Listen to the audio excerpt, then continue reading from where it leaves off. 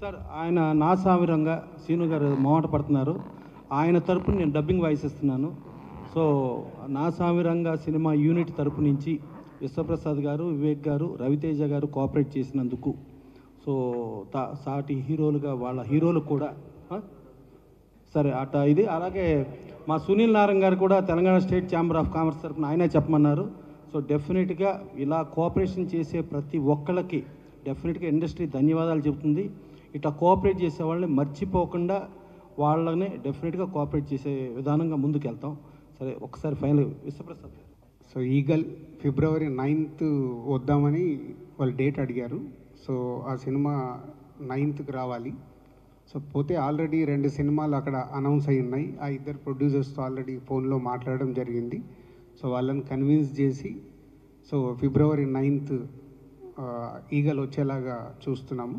DJ Tillu 2 already Nagavamsi Guntur కారం ఇక్కడ ఉంది కాబట్టి ఆయన ఇమీడియట్లీ ఓకే చెప్పాడు. సో ఒక ప్రొడ్యూసర్ ఇలా వస్తున్నందుకు చేద్దామని.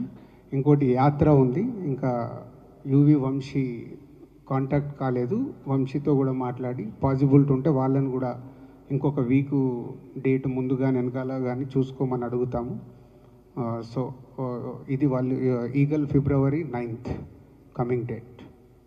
అంటే ఇండస్ట్రీ ఇంట్రెస్ట్ మీద అంటే ఈ రేస్ నుంచి ఎవరు వెళ్తే బాగుంటుంది అన్న డిస్కషన్ వచ్చినప్పుడు మా హీరో గారు కూడా దీన్ని కోఆపరేట్ చేయాలని చెప్పడం వల్ల we agree to change the date అని we come on February. Thank you. మీ అందరికీ ఏంటంటే sir this is not easy decision అండి. ఏదో మాట్లాడడం టక్మని చెప్పేసాను కాదు. This definitely not easy decision for a producer or a hero. మీ అందరికి తెలిసే ఉంటుంది అది. వ్యాపార పరంగా కూడా అది ఆల్రెడీ చెప్పారు కదా. ఒకడు వెళ్ళిపోవటం మూలంగా ఆల్ ఛాంబర్స్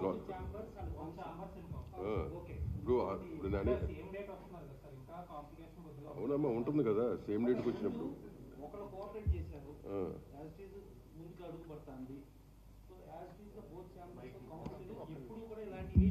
దీని మీద ఆల్రెడీ దీని మీద ఆల్రెడీ ప్రశాంత్ వర్మ నన్ను కలిసినప్పుడు మాట్లాడడం జరిగింది డైరెక్టర్గా. నిరంజన్ రెడ్డి గారు అవైలబుల్ లేకుంటే ఆ రోజు నేను చెప్పాను, ఒక్కొక్క సినిమా ఒక్కొక్క రోజు వచ్చేలాగా ట్రై చేసుకోండి, 12th, 13th, 14th, 15th ఇలా. సో అప్పుడు ప్రశాంత్ వర్మ గారు చెప్పింది, వాళ్ళు మేజర్గా హిందీ టార్గెట్ చేస్తున్నాం సార్, హిందీ మాకు 12th రావాలి, వేరే ఆప్షన్ లేదు అని చెప్పడం జరిగింది. సో ఇప్పుడు ప్రశాంత్ వర్మ చెప్పిన దాని ప్రకారం హనుమాన్ హిందీ బేసిక్గా వాళ్ళు మేజర్గా చూస్తున్నారు కాబట్టి హిందీకి వచ్చే వరకు వాళ్ళకి ఫ్రైడేనే రిలీజ్ ఉండాలి కాబట్టి అది మారడానికి ఛాన్స్ లేదు. సో గుంటూరు కారం ఆల్రెడీ వాళ్ళు ఎప్పటి నుంచో ఫిక్స్ అయ్యి పెద్ద స్టార్ సినిమా కాబట్టి వాళ్ళకి 7 days వీక్ కావాలనే చూస్తారు. వాళ్ళు మారడానికి ఛాన్స్ లేదు నాకు తెలిసి. ఆ 2 సినిమాలు ఆ రోజు వచ్చే అవకాశాలే ఉన్నాయి. బట్ ఇంకా ఎఫర్ట్స్ పెడతాం దానిపైన కూడా, ఏమాత్రం అవకాశం ఉన్నా ట్రై చేస్తాం. అండ్ 13th ఒక ఫిలిం, 14th ఒక ఫిలిం ఉంటుంది మనకు. దయచేసి అదే మళ్ళీ ఇందాకే నేను చెప్పాను కదా, క్వశ్చన్ అండ్ ఆన్సర్లో మీది ఏదో అడుగుతారు, మేము ఏదో చెప్తాము, దాన్ని హైలైట్ చేసి పంపించద్దు. ఇది ఎందుకంటే హెల్దీ కోసం చేసిన ప్రయత్నం, నేను అందరం అప్రిషియేట్ చేసి మీరు కూడా అప్రిషియేట్ చేసి దీన్ని ప్రాపర్గా తీసుకెళ్ళండి. Thank you. కాదు ఇందాక ప్రసన్న చెప్పారు కదా, ఒక హీరో ఇంత ఆలోచించి ఒక స్టెప్ తీసుకుంటున్నాడంటే వాళ్ళు ఆ హీరో ఫ్యాన్సే కాలర్ ఎగిరేయాలి. అరే కోఆపరేట్ చేసినంత కాలర్ ఎగిరేయాలి. ఇది అంత ఈజీగా, ఇందాక దాము గారు చెప్పారు కదా, ఒక నిర్ణయం మేము తీసుకోవాలి, కాపీ రెడీ పెట్టుకొని ఓ 3-4 వారాలు వెనకకి వెళ్ళాలి అంటే ఒక ప్రొడ్యూసర్కి ఆ ప్రాజెక్ట్ మీద ఇంట్రెస్ట్ ఎంత పడుతుంది తెలుసా? ఎకానమిక్స్ చాలామందికి తెలియదు. అంటే మాకు ప్రొడ్యూసర్గా ఎవ్రీ రూపీ క్యాలిక్యులేటెడ్. 1 month వెనకకి వెళ్ళాలంటే 1 month కాపీ రెడీ అయిపోయి మొత్తం ఇన్వెస్ట్మెంట్ చేసేసి పుష్ చేయాలి రిలీజ్. అంత డ్యామేజ్ ఉంటుంది ప్రొడ్యూసర్కి. అలాగే హీరో కూడా సంక్రాంతికి ఉండే కిక్కు వేరే దగ్గర తగ్గుద్ది. సోలో మా లెక్కన సోలోకి వచ్చినప్పుడు అక్కడ ఎకానమిక్స్ వైజ్గా ఎక్కువ ఉంటుంది. ఇక్కడ 5 సినిమాలతో పాటు వచ్చే కంటే సోలోకి వస్తే అక్కడ రెవెన్యూ ఎక్కువ ఉంటుంది. కానీ ఆ సంక్రాంతి అనే వరకు మనకు ఆ కోడి పందాల్లాగా మన సినిమా రావాలి, ఏదో జరగాలనే ఒక అదేమంటుంది ఎంతుజాదం ఉంటుంది అంతే. ఓకే, దయచేసి వేరే టాపిక్లు వద్దండి.